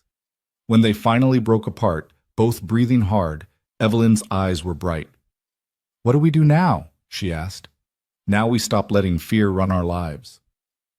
Caleb pressed his forehead against hers. Starting with this town.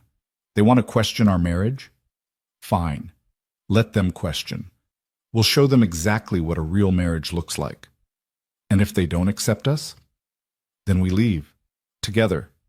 But not because they drove us out, because we chose to, on our terms. Evelyn nodded slowly, strength returning to her face. All right, together. Together, Caleb echoed. That night they lay in bed with Evelyn's head on Caleb's chest, his arm around her shoulders, and for the first time since their wedding, the space between them felt right. Not because they'd solved all their problems or silenced all their critics, but because they'd finally stopped running from what they felt. They'd chosen each other, despite the fear, despite the judgment, despite everything working against them, and that choice, Caleb realized, was the beginning of everything that mattered. Sunday morning arrived cold and bright, the kind of prairie dawn that made the snow sparkle like scattered diamonds. Caleb woke with Evelyn still tucked against his side, her breathing slow and even, and felt something settle in his chest that hadn't been there before. Not peace exactly, but purpose. They'd made their choice. Now they had to live it. He dressed quietly, careful not to wake her, then prepared Noah for the day.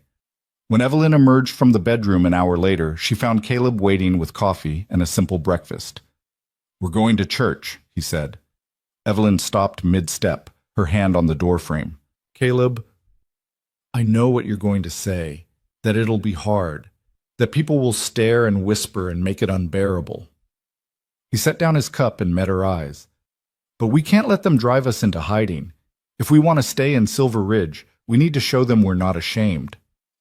I'm not ashamed of us. I'm just tired of fighting. I know. But if we don't show up today, it confirms everything they're saying, that we're guilty, that our marriage is a sham. We give them ammunition by hiding. Evelyn moved to the table and sank into a chair. And if we go, what then? They'll still judge us, still whisper. The mayor's already threatening to investigate Thomas's death, for heaven's sake. Let them investigate. They'll find nothing because there's nothing to find. Caleb reached across the table and took her hand. I'm not asking you to do this alone. We walk in together, sit together, show them we're a family. She looked down at their joined hands, then at Noah playing contentedly on his blanket. He deserves better than parents who hide from the world. He deserves parents who stand up for what's right, who don't let cruelty win. Evelyn's jaw tightened, and Caleb saw the transformation happen in real time. The frightened woman replaced by the steel-spined survivor who'd buried a husband and child and kept going anyway. All right, we go to church. They arrived at the small white building just as the bell began to toll. Caleb carried Noah while Evelyn walked beside him, her spine straight, her head high. Every eye turned as they entered. Conversations died mid-sentence. The air itself seemed to freeze. Caleb led them to a pew near the front, not the back where they could hide, but close enough to the pulpit that their presence couldn't be ignored. Helen Pritchard audibly gasped. Mrs. Hutchins' face went scarlet with indignation. Even Reverend Matthews paused in his preparations, his expression caught between disapproval and grudging respect. They sat. The whispers started immediately, a rustle of judgment that filled the sanctuary like wind through dead leaves. Evelyn's hand found Caleb's and gripped tight. He squeezed back, anchoring her, and together they faced forward as the service began. Reverend Matthews preached on the sanctity of marriage, and the irony wasn't lost on anyone. He spoke of sacred vows and holy commitment, his eyes drifting repeatedly to where Caleb and Evelyn sat. Every word felt aimed at them, every scripture a condemnation, but they didn't flinch, didn't look away. When the congregation rose to sing, they sang. When others bowed to pray, they prayed. By the time the service ended, Caleb could feel the tension radiating off Evelyn in waves. But she held herself together, even when they had to walk the gauntlet of congregants filing out. Some people nodded politely, others turned away. Helen Pritchard made a show of gathering her children close as they passed, as if proximity to Evelyn might corrupt them. They were nearly to the door when a voice stopped them. "Mr. Walker? Mrs. Walker!" They turned to find old Doc Harrison standing behind them, his weathered face creased with something that might have been sympathy. He was one of the few people in Silver Ridge Caleb genuinely respected, a man who delivered half the babies in the territory and buried the other half when sickness came calling. "Doc," Caleb said carefully, "wanted to say congratulations on your marriage. Should have said it sooner." He glanced at Noah, who was watching him with bright, curious eyes. "Boy's looking healthy. That colic settled down?" "Yes, sir, thanks to Evelyn." The doctor's gaze shifted to her. "Heard you had experience with that. With your own daughter." Evelyn's face went carefully blank. "Yes, I did. Terrible thing, losing a child. I remember when little Mary passed. Fever came on so fast there wasn't time to do much of anything." He shook his head. "You did everything right, Mrs. Walker. Sometimes the good Lord just calls them home and there's nothing any of us can do about it." The words were simple, but their impact was immediate. Around them the whispers changed tenor. If Doc Harrison, who'd been there, who'd treated Mary Moore in her final hours, was vouching for Evelyn's innocence, then maybe the rumors about her killing her husband were exactly that. Rumors. "Thank you," Evelyn managed, her voice thick. "And Thomas, too. Good man. That pneumonia was vicious that winter. Took 4 others besides him. Nothing suspicious about any of it, despite what some folks might want to invent." The doctor's voice rose slightly on those last words, carrying to the people still lingering nearby. Sometimes grief makes people cruel, makes them see conspiracy where there's only tragedy. Shame on anyone spreading lies about a woman who suffered enough. Helen Pritchard had the grace to look uncomfortable. Mayor Pritchard's face reddened, but neither of them said a word. Doc Harrison tipped his hat. "You take care of that family, Mr. Walker. And Mrs. Walker, you ever need anything, my door's open, day or night." He walked away, leaving a wake of stunned silence behind him. Caleb felt something loosen in his chest. They weren't alone. Not completely. There were still good people in Silver Ridge, even if they were outnumbered by the judgmental ones. They made it to the wagon without further incident. As Caleb helped Evelyn up, she whispered, "That was Doc Harrison choosing a side." "I know. It might not be enough. Maybe not. But it's something." They drove home in silence, Noah dozing between them. When they reached the ranch, Evelyn didn't immediately climb down. She sat staring at the house, their house now, and Caleb saw her working through something. "What is it?" he asked. "I've been thinking about what you said, about not letting them drive us into hiding." She turned to face him. "What if we do the opposite? What if instead of just enduring their judgment, we confront it directly?" "What do you mean?" "I mean we call a town meeting, stand up in front of everyone and tell our story, the real story, not the one they've invented." Her eyes were fierce now, determined. "Let them ask their questions, air their accusations, and then we answer them, honestly, completely." Caleb's first instinct was to refuse, to protect her from more cruelty. But looking at her face, he understood that she didn't need protection.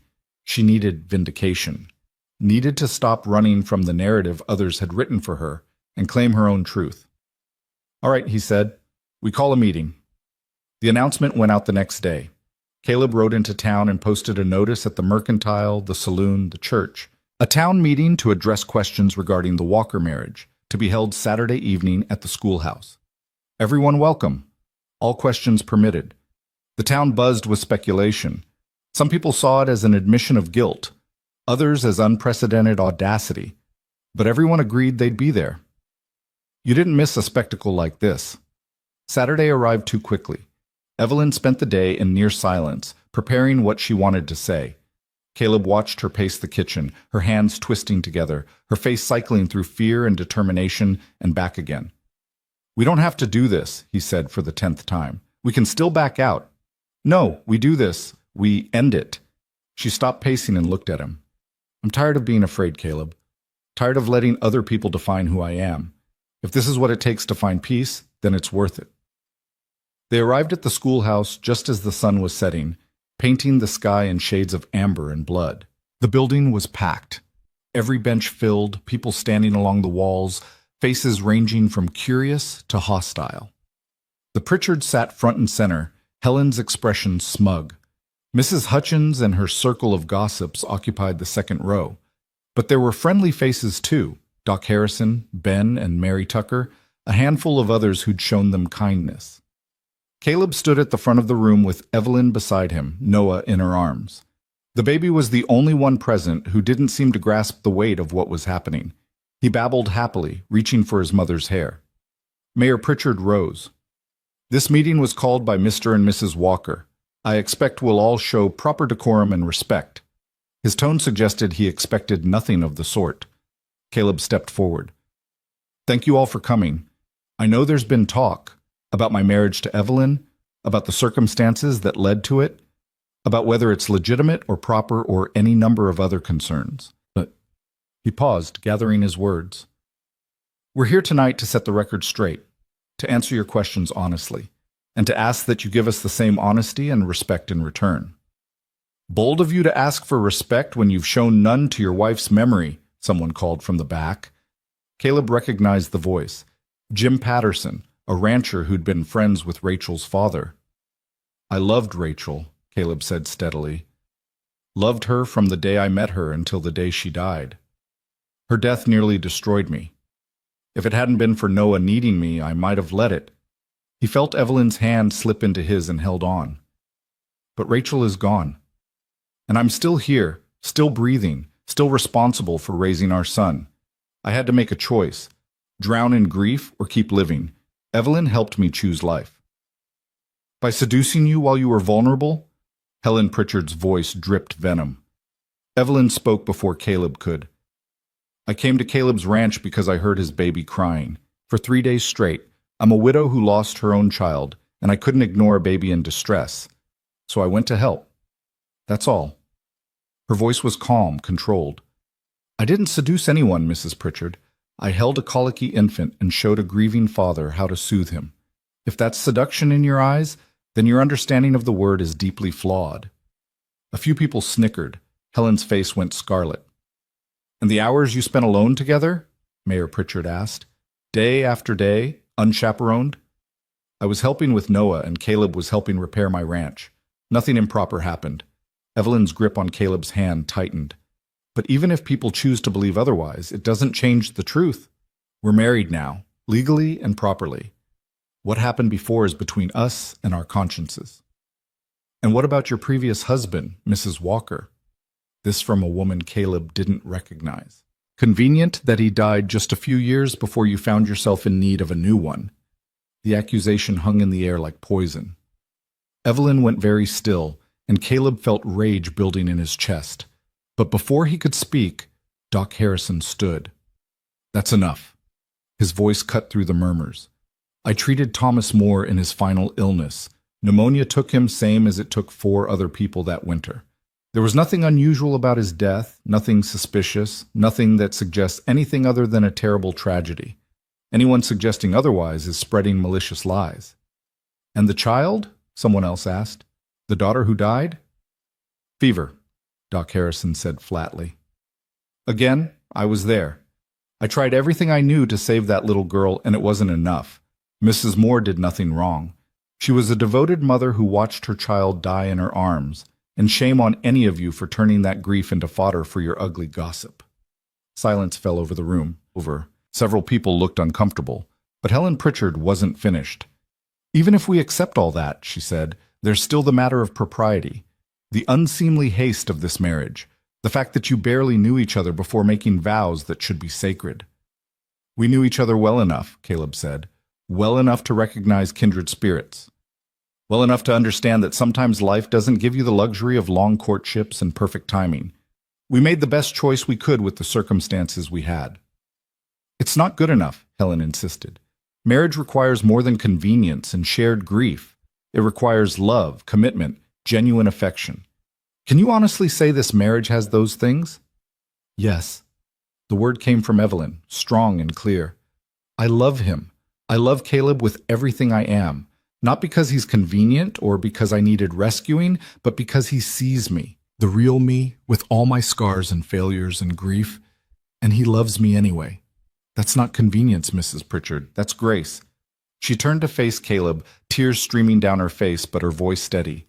I love you because you're kind and strong and brave, because you make me laugh when I think I've forgotten how, because you trust me with your son and your heart and your broken pieces, because when the whole world was telling me I wasn't good enough, you looked at me and saw someone worth choosing.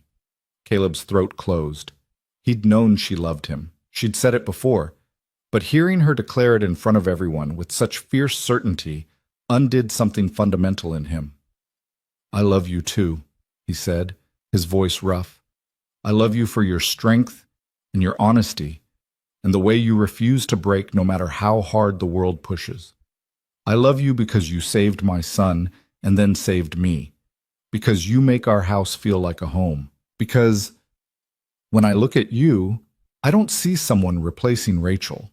I see someone who makes me want to build a future instead of just surviving the present. He cupped her face, thumbs wiping away tears. I'm not asking this town to understand our marriage. I'm not even asking for approval. I'm just asking for the basic decency of being left alone to love my wife and raise my son in peace. Noah chose that moment to let out a happy shriek, breaking the tension. Several people laughed despite themselves. Even Helen Pritchard's stern expression cracked slightly. Mayor Pritchard stood. Are there any other questions for Mr. and Mrs. Walker? Silence. Whatever else people might think, the raw emotion of what they'd just witnessed had taken the wind out of the gossip. Then I propose we put this matter to rest, the mayor said. The Walkers are legally married. Whatever we may think of the circumstances, it's done. I suggest we accord them the same courtesy we'd show any other married couple in this community. It wasn't exactly a ringing endorsement, but it was something, an official closing of the investigation into their propriety. All in favor? The mayor asked. Most hands went up. Not all. Helen Pritchard kept hers firmly in her lap. But enough. A majority choosing to move forward. Opposed? A scattering of hands. Helen and her circle, a few others, but they were outnumbered.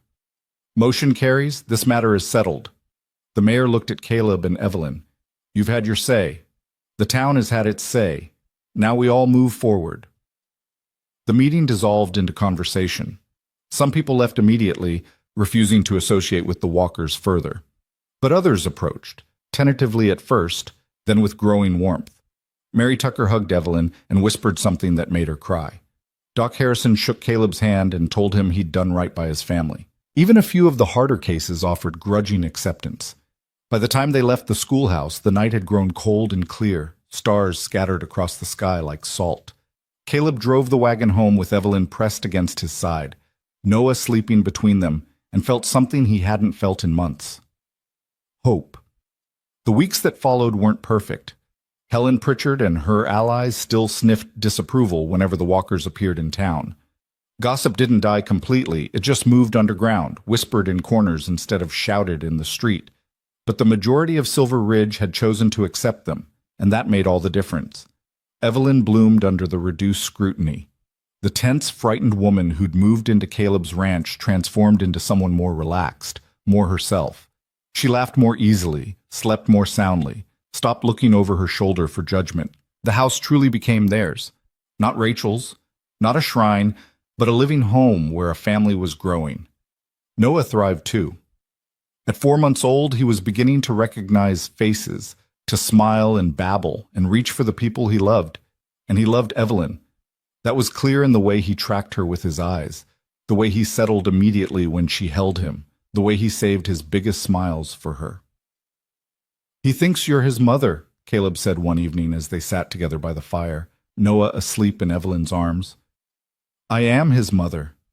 She looked up, her expression fierce and tender at once. "Maybe I didn't give birth to him, but I'm raising him, loving him. That makes me his mother. Rachel would be grateful." "Do you think so?" "I know so. She'd want Noah to have a mother who loves him, who's there for him." Caleb reached over and brushed a strand of hair from Evelyn's face. "She'd want me to be happy too, to not spend the rest of my life alone. Are you happy?" "More than I ever thought I'd be again." He leaned over and kissed her softly. "You saved us, Evelyn, in every way that matters." "We saved each other," she corrected. "That's what love does." Spring came early that year, melting the snow and turning the prairie green. Caleb and Evelyn worked together to prepare both ranches for the season. His needed regular maintenance, hers needed rebuilding after years of neglect.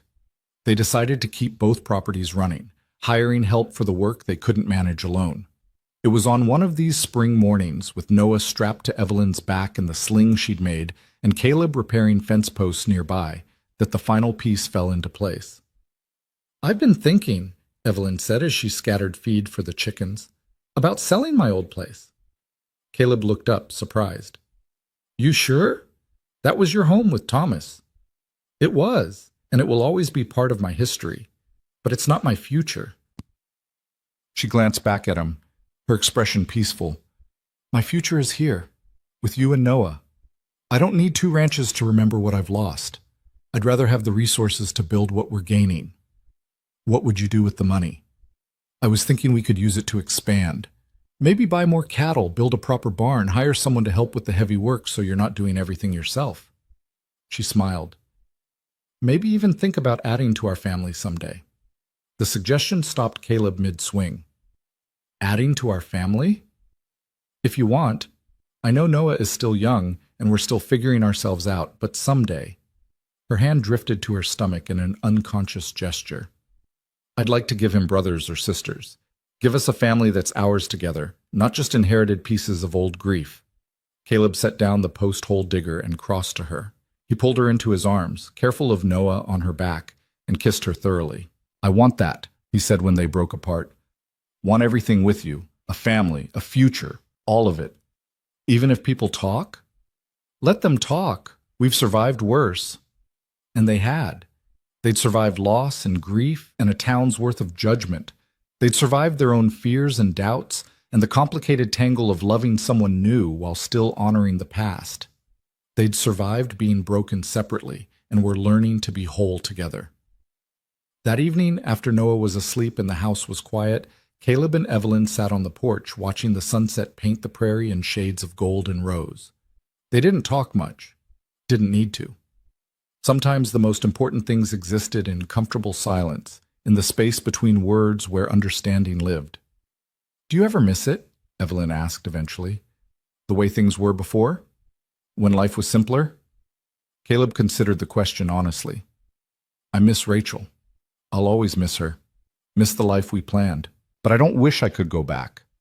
Because going back means losing this. Losing you. Losing who I've become since you walked into my life." "Who have you become?"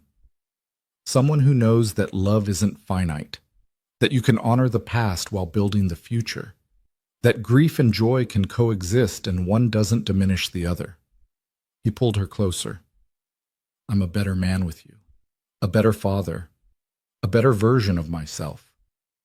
"I feel the same. About you." She rested her head on his shoulder.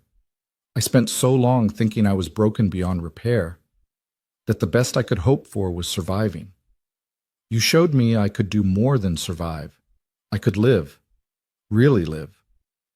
They sat there until the stars came out, until the prairie grew dark and quiet around them.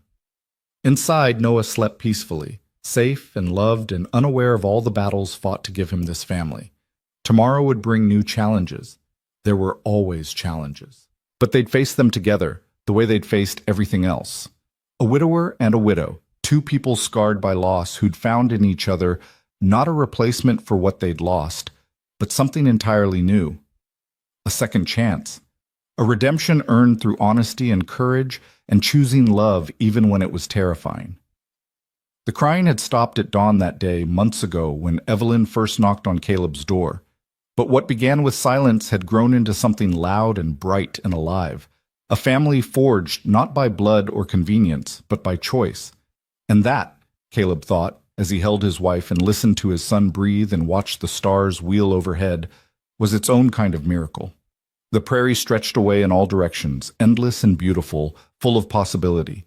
And for the first time since Rachel died, Caleb looked at that horizon, not with fear or grief, but with hope.